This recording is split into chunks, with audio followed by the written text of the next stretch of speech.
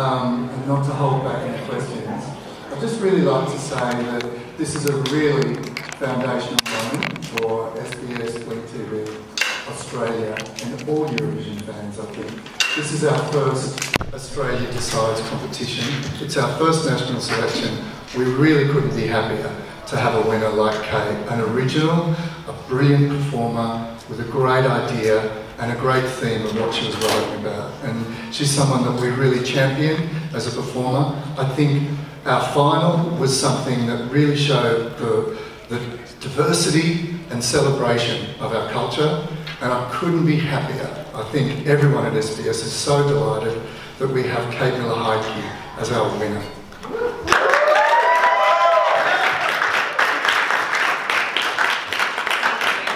Totally thrilled and amazed, just totally overwhelmed.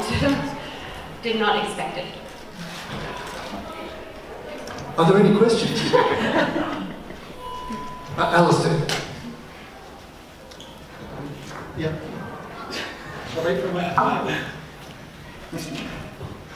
Congratulations on an epic win. I think you studied in Queensland, is that correct? Yeah. And what's it like to come back to perform in Queensland and also to win in Queensland? What's special about this state? Look, it does always feel like home to me, and all of my immediate family still live here, so actually I'm up here. It's basically my second home still. And yeah, I mean, I love it. It's paradise. That's it. Hey Kate, Seb from wiwibloggs. Congratulations on an amazing win. You cleaned up with the jury, the televote. What was it like hitting that amazing D sharp note and nailing it? Really big fucking relief.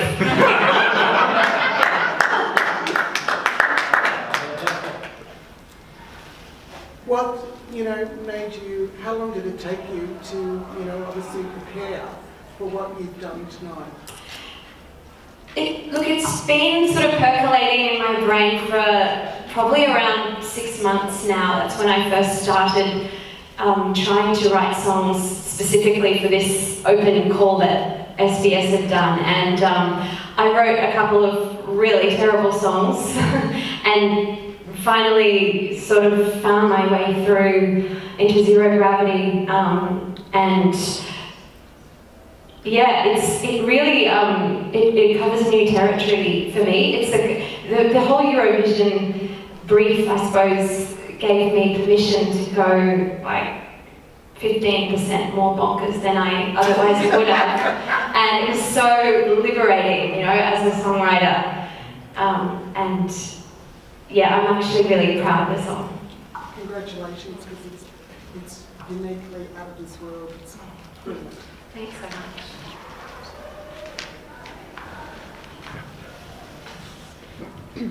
I'm Tradiksha Kai on wiwibloggs.com here. Your song has a very personal message about getting through depression and coming through with a very uplifting chorus there and coming through on the other side. What was it like singing such a personal message in front of all of Australia? These are the first times I've ever performed this song, and I know, from past experience that when you are singing a song that's very personally meaningful, you can get emotional and even a bit sort of choked up, which is not always great for the voice. But what I find happens, and it's this beautiful process of transferring the ownership of the song from me and my feelings and emotions to the people in the audience, and I feel it's no longer mine alone now. It belongs to them. Yeah. Hang on. Blair Martin. Hello, Kate. Blair from Triple Z in Brisbane. I want to take you back to your EP, Circular Breathing, and that journey of discovering what was called Baroque pop, and I think you're the first Brisbane artist to do that.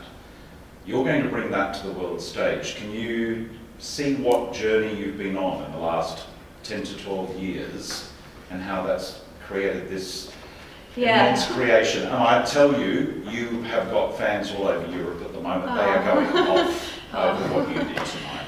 Oh, thanks. Yeah, look, it has been such a sort of, I guess, slightly meandering and unexpected journey through my career. You know, I studied classically at the Conservatorium, thinking that I would become an opera singer.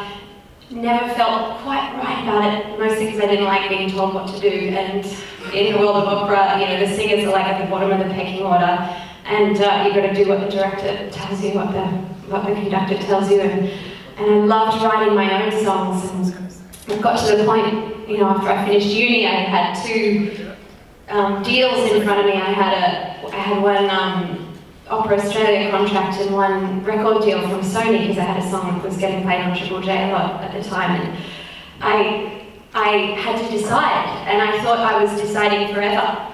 I thought that I wanted to be a songwriter, and so I was choosing the pop path definitively. Fuck opera, that's done, that's dead. And then, yeah, several years later, I found myself doing Jerry Springer the opera, like just slightly dipping my toes back into these projects that were too tempting to refuse, and then it sort of opened up this new world to me, and I started performing, you know, overseas at the Met and with the English National Opera, and just loving, just being engrossed in this completely separate world to my regular world of studio, touring, writing, which I love as well. I absolutely love. So I just feel privileged actually to get to sort of just spread myself out among these, in these completely different and amazing and highly privileged worlds.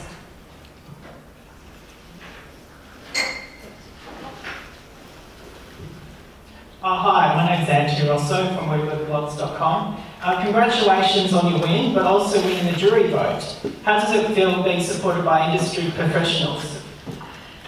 Oh, yeah, amazing. I just, as I said, like, I can't quite fathom it. I mean, I'm absolutely honoured and thrilled, and it means the world. Hi Kate, Denise Erickson from the New Daily. Congratulations, it was a stunning win. My question is a Eurovision question.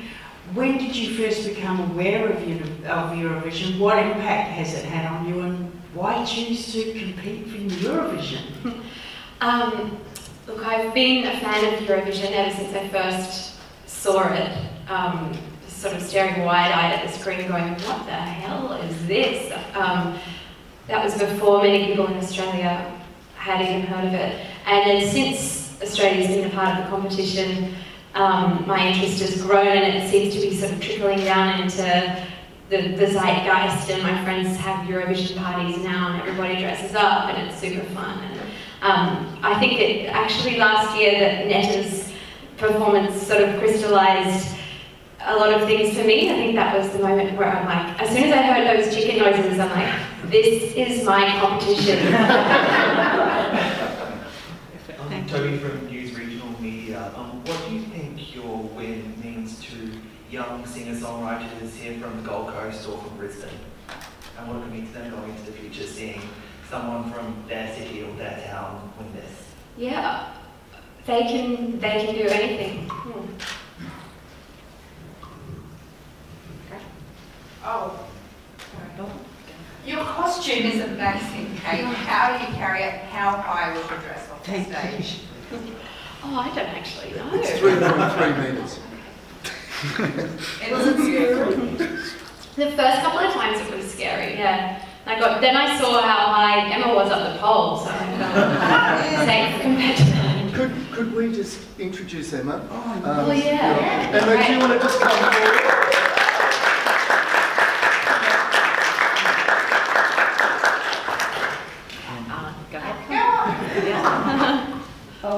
Can I just quickly introduce her?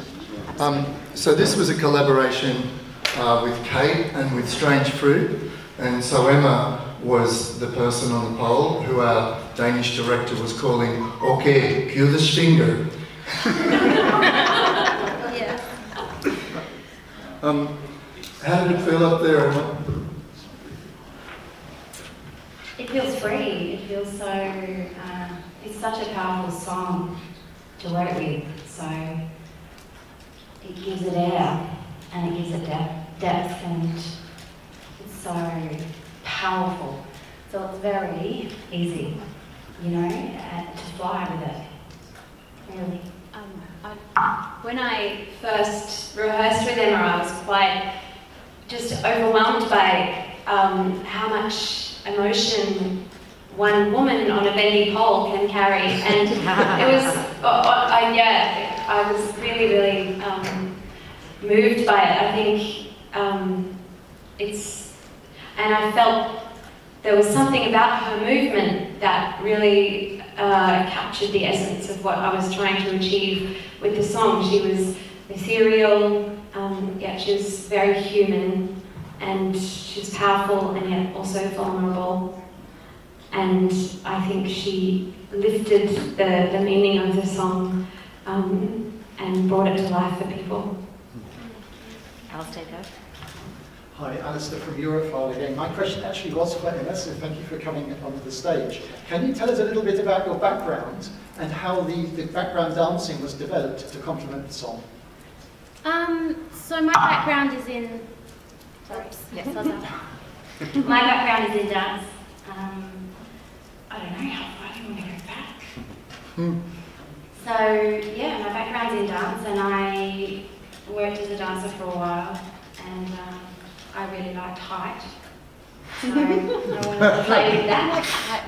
Yeah, but I liked dancing, and I wanted to put the two together.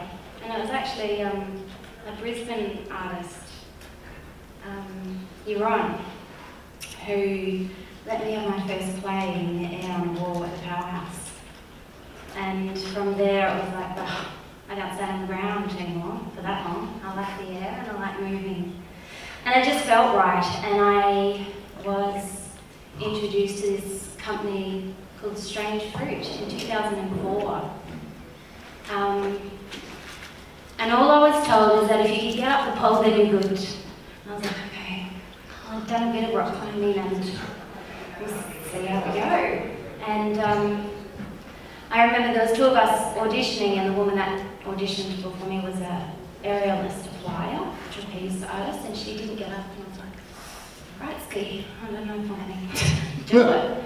And I don't know if it was adrenaline or just like, fuck, I gotta get up there to feel it. But I did it, and then, yeah, I got the gig with a lot of other amazing performers, and it's a beautiful Melbourne-based company, and there's a lot of people in that company that work incredibly hard to keep it going. Yeah.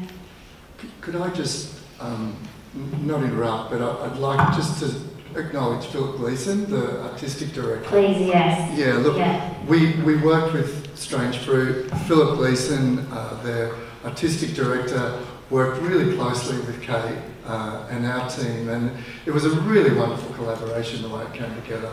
And anyway, the two of you go so well together, and it seemed to really fit the song so beautifully.